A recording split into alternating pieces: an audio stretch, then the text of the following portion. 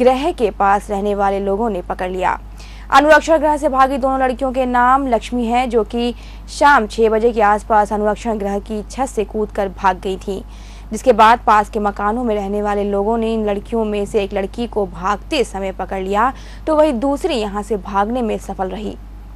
ये घटना कोई पहली घटना नहीं है कि जब लड़कियां यहां से भागी हों। ये अनुरक्षण गृह महिला बाल विकास विभाग द्वारा संचालित है। भागी हुई युवती की कंपू थाने में गुमशुदगी दर्ज करा दी गई है। ग्वालियर सेंट्रल जेल से छूटकर आई एक महिला केसर बाई के इलाज के दौरान जीएच में मौत हो गई। महिला का पुत्र धर्मेंद्र नामदेव भितरवार से उसे यहां इलाज के लिए लेकर आया था। उसके मुताबिक वह नहीं जानता था कि उसकी मां की मौत की वजह क्या है। धर्मेंद्र ने बताया कि उसकी मां को झूठे केस में फंसाकर जेल में बंद कराया गया था। मेरी तो कुछ समझ में नहीं आ रहा सर।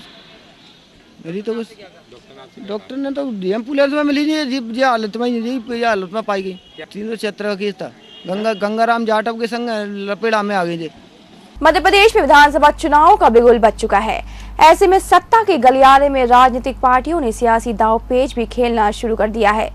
सत्तारूढ़ भारतीय जनता पार्टी द्वारा जहां जन आशीर्वाद यात्रा में मुख्यमंत्री शिवराज सिंह चौहान की लोकप्रियता को भुनाने की कोशिश की जा रही है, तो वहीं मुख्य विपक्षी दल कांग्रेस ने विधानसभा चुनाव से पूर्व प्रत्याशियों की घोषणा कर अपना दांव खेलना शुरू कर दिया है। ऐसे में दोनों दलों के नेताओं के बीच आरोप प्रत्यारोप का दौर शुरू हो गया है और कोई भी इस चुनावी समर में अपने को कमजोर मानने को तैयार नहीं है। विधानसभा चुनाव 2013 के नजदीक आते ही पार्टियों ने सियासी दांवपेच खेलना शुरू कर दिया है। तो पार्टियों में इस समय क्या चल रहा है चुनाव की रणनीति को लेकर, आइए हम जानते हैं। हमारे साथ यहाँ पे मौजूद है जीडी उपाध्यक्ष राकेश जादौन जी, जिनसे हम ये जानेंगे कि मुख्यमंत्री जी की सभाओं और जो जन आशीर्वाद यात्रा है, इसमें इतनी संख्या में लोग आए और इतनी भीड़ उमड़ी, तो क्या ये जो भीड़ उमड़ी है इसको हम वोटों में तब्दील कर पाएंगे? निश्चित रूप से कल जो जन आशीर्वाद यात्रा थी और सभा थी, उसमें जो जन सैलाब उमड़ा, मेरे जीवन में 25 साल के राजनीतिक जीवन में ऐसा मैंने जन सैलाब अपने जीवन में कभी नहीं देखा।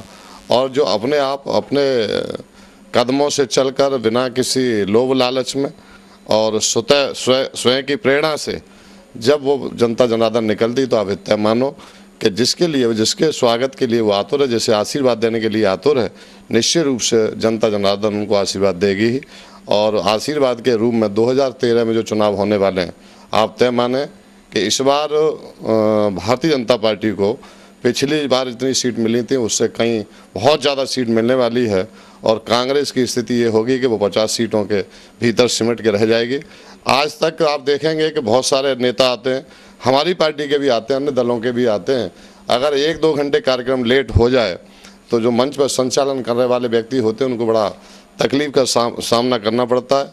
आप स्वयं मीडिया के लोग कल इस बात के साक्षी हैं कि हजीरा चौराहे पर पूरे 8 घंटा जनता जनार्दन ने, और आप मीडिया के भी बहुत सारे लोग वहाँ उपस्थित थे, जनता जनार्दन उठकर 1 सेकंड के लिए कहीं नहीं गई।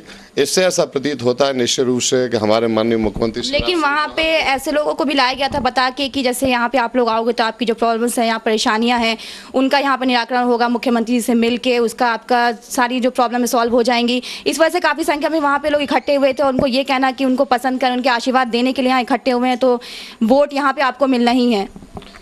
जैसा आपने कहा, आप ही का प्रश्न था और मैं जहाँ तक कह रहा हूँ कि लोगों को लाया गया, मैंने आपसे कहा कि पूरे शहर में और 8 घंटे तक किसी भी नेता में इतनी क्षमता नहीं है कि वो लोगों को लाखों की संख्या पर सड़कों पर निकाले, हजारों की संख्या में सभा में लोग उपस्थित बने रहें और शाम को 5 बजे से लेकर रात्रि को 3:30 बजे तक लोग सड़कों पर रहें।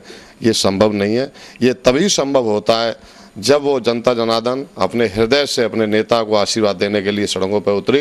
अगर वो किसी लोग लालच में आते या अगर उनको लोगों के द्वारा लाया जाया होता तो वो घंटे आधे घंटे बाद अपने घरों के ओर प्रस्थान कर जाते हैं। जहां राकेश जादौन जी को लगता है कि मुख्यमंत्री जी की जन आशीर्वाद यात्रा में जो भीड़ जुटी वो वोटों में तब्दील हो जाएगी, वहीं कांग्रेस के ग्रामीण जिला अध्यक्ष मोहन सिंह राठौर जी को क्या लगता है, आइए जानते हैं हम उनसे। तो हमारे साथ यहाँ मौजूद हैं मोहन सिंह राठौर जी, जहाँ उनसे जानना चाहेंगे कि बीजेपी ने जहाँ पे आशीर्वाद यात्रा और सभाओं का आयोजन शुरू कर दिया है, वहाँ पे कांग्रेस ने उम्मीदवारों के नाम भी घोषित करना शुरू कर दिया है, लेकिन उनका जो चुनाव कैंपेन है वो बहुत ही स्लो चल रहा है।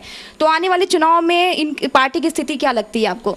मुख्यमंत्री की जन आशीर्वाद यात्राओं की अगर आप बात कर रहे हैं तो मैं तो इसमें ये कहना चाहता हूँ कि इनके जो मंच थे, जहाँ जहाँ इन्होंने स्वागत की व्यवस्थाएं रखी थी, वहाँ लाखों रुपया खर्च करके इन्होंने ऑर्केस्ट्रा और तमाम सारे लोकगीत गाने वाले और तमाम सारे ऐसे लोगों को इकट्ठा कर रखा था कि जिससे ये भीड़ को रोक के रख सकें। और तमाम सारा, जैसा कि आपने बताया, इन्होंने प्रलोभन दिए लोगों को कि आप तो केवल आ भर जाएं, मुख्यमंत्री आपकी समस्या सॉल्व करेंगे, आपकी समस्याएं हल करेंगे। मैं तो जब लौट के लोग गए और उनसे जब हम लोगों ने बात की तो लोग इनको आशीर्वाद देने नहीं, इनको बद्दुआएं देते हुए गए कि आपने जो हमारे साथ छल और कपट 10 साल में किया था, वही छल कपट आज भी आपने किया है। आपने समस्याएं सुलझाने की बात की थी, समस्याएं सुलझी नहीं, हम उसी तरह से अपने घर वापस जा रहे हैं जिस तरह से हम पहले ठगे। ये तो बीजेपी का एक आप दांवपेच मान सकते हैं चुनाव को लेकर, लेकिन आप जो कांग्रेस यहाँ पे अपने उम्मीदवारों के नाम की घोषणा शुरू कर रही है और कैंपेन उनका बहुत ही स्लो चला, लेकिन भाजपा अपने चुनाव के प्रचार में बहुत तेजी दिखा रही है, तो इसके बारे में आप क्या कहना चाहते हैं? देखिए,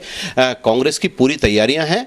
पहले तो आपको इसी से पता लग जाएगा कि कांग्रेस अपने 72 लोगों को जो विधायक हैं उनके प्रत्याशियों की घोषणा कर चुकी है। श्रीमंत महाराज ज्योतिरादित्य सिंधिया जी 2 या 3 दिन बाद पूरे मध्य प्रदेश में अपनी जो कैंपेनिंग है वो शुरू कर रहे हैं। पूरी सारी व्यवस्थाएं और सारी कहां प्रोग्रामिंग है वो हो चुका है, कौन कौन सा नेता किस क्षेत्र को में काम करेगा, वो सब पूरा कांग्रेस की तैयारियां हैं। और कांग्रेस इस बार जैसा कि अभी पहले चर्चा चल रही थी, 50 से ज़्यादा सीटें बीजेपी नहीं ले पाएगी।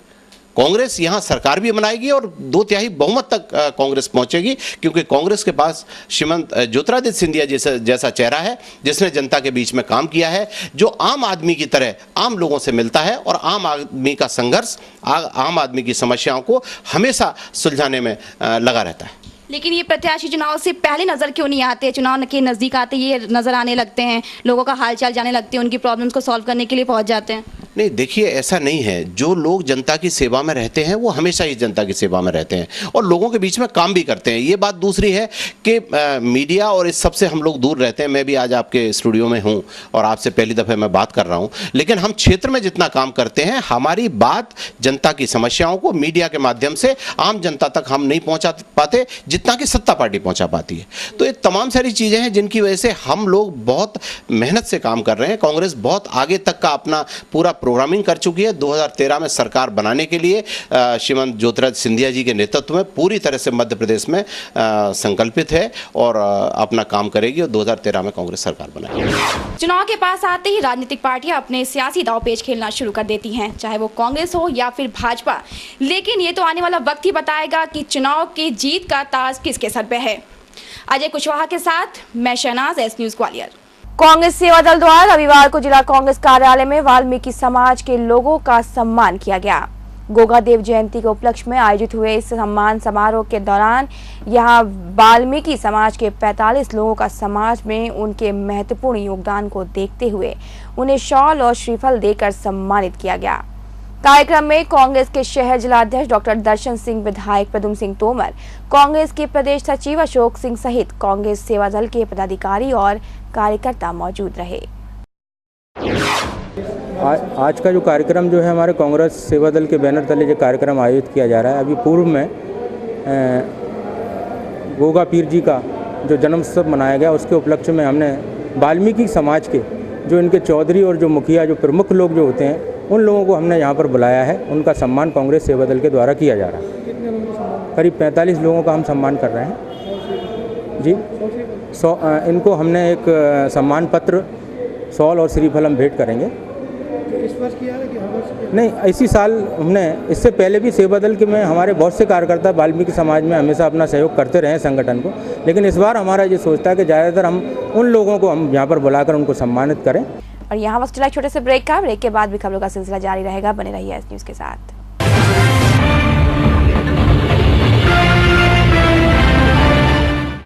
क्या है हमारी संस्कृति?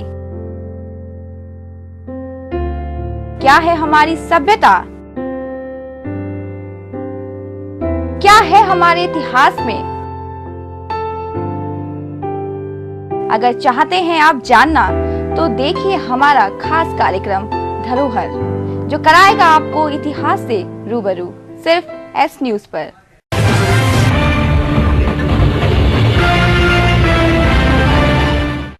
और ब्रेक के बाद एक बार फिर आपका स्वागत है और रुक करेंगे अगली खबर की ओर। तिगरा जलाशय में अपने दोस्तों के साथ घूमने गए एक युवक की यहां पानी में डूबने से मौत हो गई।